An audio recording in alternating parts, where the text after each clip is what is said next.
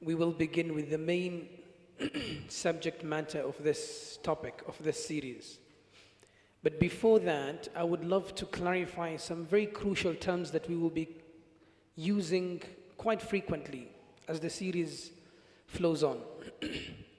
A few Arabic terms that I want to clarify so that later on when I use these terms, you instantly understand what it means.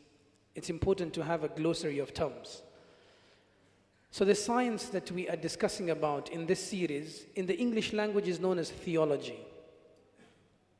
And as we all know very well, theology is an English term that originates from the Latin language. Theo means God, ology means study. So the study of God. And in the Arabic language, we have multiple terms for this. One is what we have been using up until now, Iman, belief in Allah subhanahu wa ta'ala. But another very common term, which we will also be frequently using, is Aqidah. And this was the term that became widespread after the documentation of these sciences. After the recording of these sciences took place, the term that was generally used was Aqidah. Aqidah is derived from the root aqada in the Arabic language. It originates from the tri-verb aqada. Aqada means to tie something firmly. When you tie a knot firmly, in the Arabic language, you say aqadtu al-habla. I tied the knot firmly, the rope firmly. And it's called aqidah because this science, the study of this knowledge, ties you down firmly. It makes you grounded in what you believe. Because aqidah, in other words, is a study of what defines you and characterizes you as a Muslim. Whom do you believe in? Who is Allah subhanahu wa ta'ala? What do you believe in?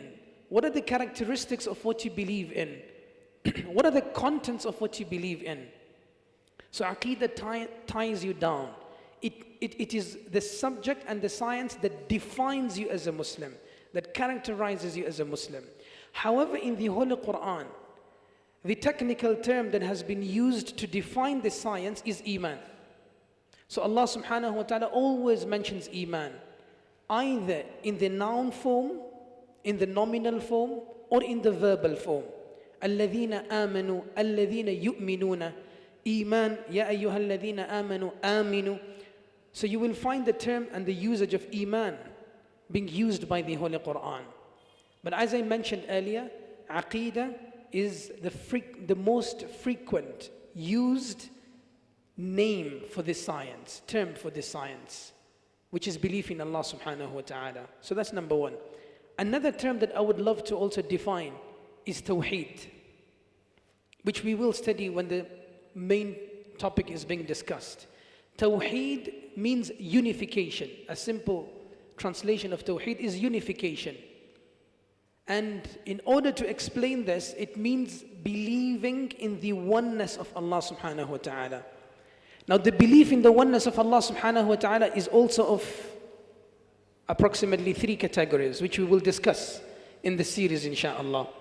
So I want to give you a thematic overview of what will be discussed. And this might take up until the end of Ramadan or just up close to the end of Ramadan, insha'Allah. We will discuss firstly, the main topic that I want to touch on in this series is Iman Billah, belief in Allah subhanahu wa ta'ala. What does belief in Allah entail? What does it consist of? What does it mean to believe in Allah subhanahu wa ta'ala? But before that, I would want us also to understand about the concept of Iman itself. Iman, what is Iman? The concept of Iman. Iman is faith. It's belief. What is Iman? Iman has got 3 components.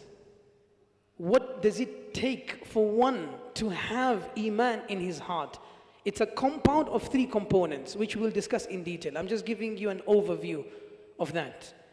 It consists of belief in the heart, number 1. That's a pillar of belief. It's an essential component, integral component of this compound. Number 2, profession by the tongue. Profession by the tongue. So you will be a believer if you believe with your heart, followed by the confession by the tongue. the profession of the tongue. And number 3, followed by acts expressed by the limbs, the actions of the body. So these are 3 components of Iman, the concept of Iman, which we will break down and we will discuss in great detail, inshaAllah. After that, then we will discuss what it means to believe in Allah subhanahu wa ta'ala. Belief in Allah subhanahu wa ta'ala lies on 4 pillars. On 4 pillars. Number 1, the proof of Allah subhanahu wa ta'ala's existence. And this was something that was discussed by the pious predecessors. They always gave proofs of Allah subhanahu wa ta'ala's existence. The Quran itself gives examples for the reader to be convinced in the existence of Allah subhanahu wa ta'ala. And what I will do is, because of modern times and modern challenges, we will discuss Western proofs of the existence of Allah subhanahu wa ta'ala vis-a-vis the Quranic proofs. And then we will merge them together. And I will explain to you how the Western proofs actually complement what is revealed in the Holy Quran. And then we will discuss the second pillar of what it means to believe in Allah subhanahu wa ta'ala, Tawheed al-Rububiyyah, to believe in the oneness of Allah subhanahu wa ta'ala concerning Him being the creator and sustaining whatever exists and whatever He has created. Number 3, Tawheed al-Uluhiyyah, believe in the oneness of Allah subhanahu wa ta'ala as far as worship is concerned. And the last pillar, Tawheed al-Asma'i was-Sifat, belief in the oneness of Allah subhanahu wa ta'ala concerning His names and attributes. And that will be it for this series. But as I said, we will break it into piece by piece. And this will take us up until the end of Ramadan, or just before the end of Ramadan. And if it doesn't end, then we will continue on the day of Eid. And I will expect all of you to be present. Jazakumullahu khairan.